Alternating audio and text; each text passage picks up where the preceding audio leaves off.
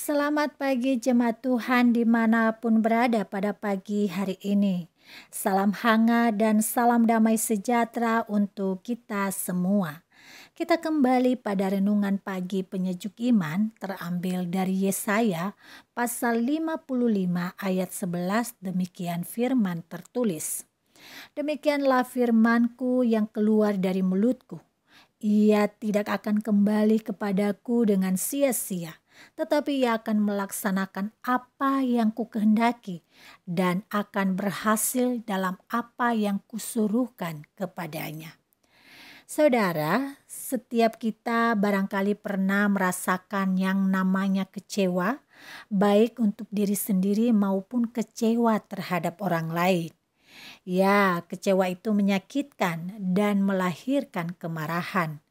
Kemarahan dalam waktu lama akibat rasa kecewa disebut dendam yang berbalik menyakiti fisik dan psikis kita. Karena itu, kemunculan rasa kecewa yang wajar harus cepat diperdamaikan di dalam diri. Kalau tidak, dia akan berubah menjadi amarah dan dendam yang akan siap menyiksa fisik dan psikis kita sendiri. Saudara, kita dapat memperdamaikan rasa kecewa dengan mengenakan kesabaran sambil berjuang dan memohon pertolongan Tuhan. Sikap ini menjadi pilihan kita karena kita meyakini bahwa firman Allah yang kita lakukan dan kita katakan akan tetap berbuah pada waktunya. Firman Tuhan yang kita lakukan dan kita katakan, ia tidak kembali dengan sia-sia. Maka dari itu, butuh kesabaran dan sikap tetap setia melakukan serta memperkatakan hal-hal yang sesuai dengan firman Tuhan.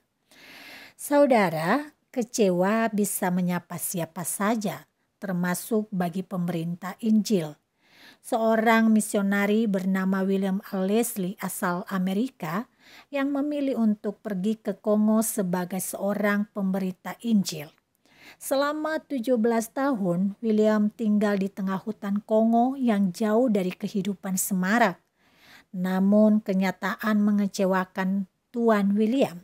Selama 17 tahun di hutan Kongo, tak ada satu orang pun yang membuka hatinya untuk Injil.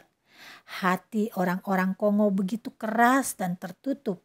Karena itu William kembali ke Amerika dengan sangat kecewa hingga menjadi pribadi yang sangat tertutup. Dan 9 tahun kemudian sepulangnya ke Amerika, ia pun meninggal dunia. Saudara, beberapa tahun kepergiannya, sebuah berita menggembirakan datang dari Kongo. Ternyata di pedalaman Kongo yang sangat terpencil itu berdiri sebuah bangunan gereja yang sangat besar dan masih banyak gereja kecil terpencar di hutan-hutan Kongo. Saat ditelusuri asal mula Injil berkembang di sana, maka orang menyebut nama Dr. William Leslie. Saudara, apa yang kita pelajari dari kesaksian Tuan William Leslie? Firman Tuhan tidak akan kembali sia-sia. Firman Tuhan penuh kuasa untuk mengubah meskipun butuh waktu bertahun-tahun untuk seseorang menjadi percaya dan menjadi berubah. Saudara, pesan yang sama menjadi tekanan firman Tuhan yang kita baca hari ini. Firman yang diberitakan dan dilakukan tidak kembali dengan percuma tanpa membawa hasil. Dalam konteks bacaan firman hari ini, firman Tuhan disampaikan Yesaya kepada Israel yang dalam kondisi sangat-sangat terpuruk. Nabi Yehezkiel menggambarkan bangsa itu seperti tulang-tulang kering yang berserakan di lembah. Kita bisa lihat dari kitab Yehezkiel pasal 37. Di tengah situasi itu, Yesaya memberikan penguatan, menyampaikan firman Tuhan bahwa masa depan Israel jauh lebih baik dari yang mereka alami saat ini.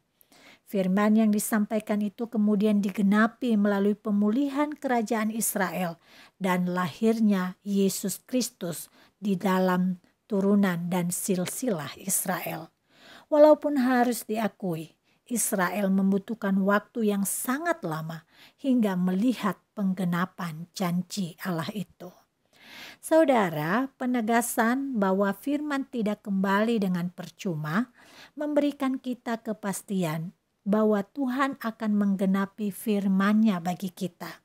Firman yang masih belum terlihat penggenapannya saat ini dalam hidup kita, dalam waktunya Tuhan pasti akan digenapi. Karena dari itu, pada saat kita berdiam dalam kecewa yang lebih besar, lebih baik kita berubah pilihan untuk memilih sabar dalam topangan kasih Tuhan.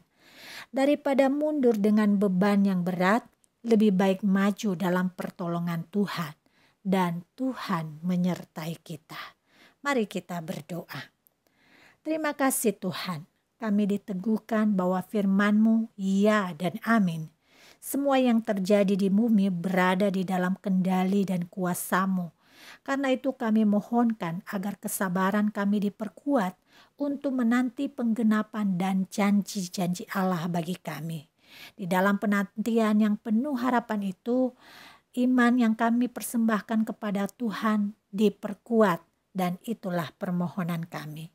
Di dalam nama Yesus Kristus kami bersyukur dan memohon atas semuanya. Amin.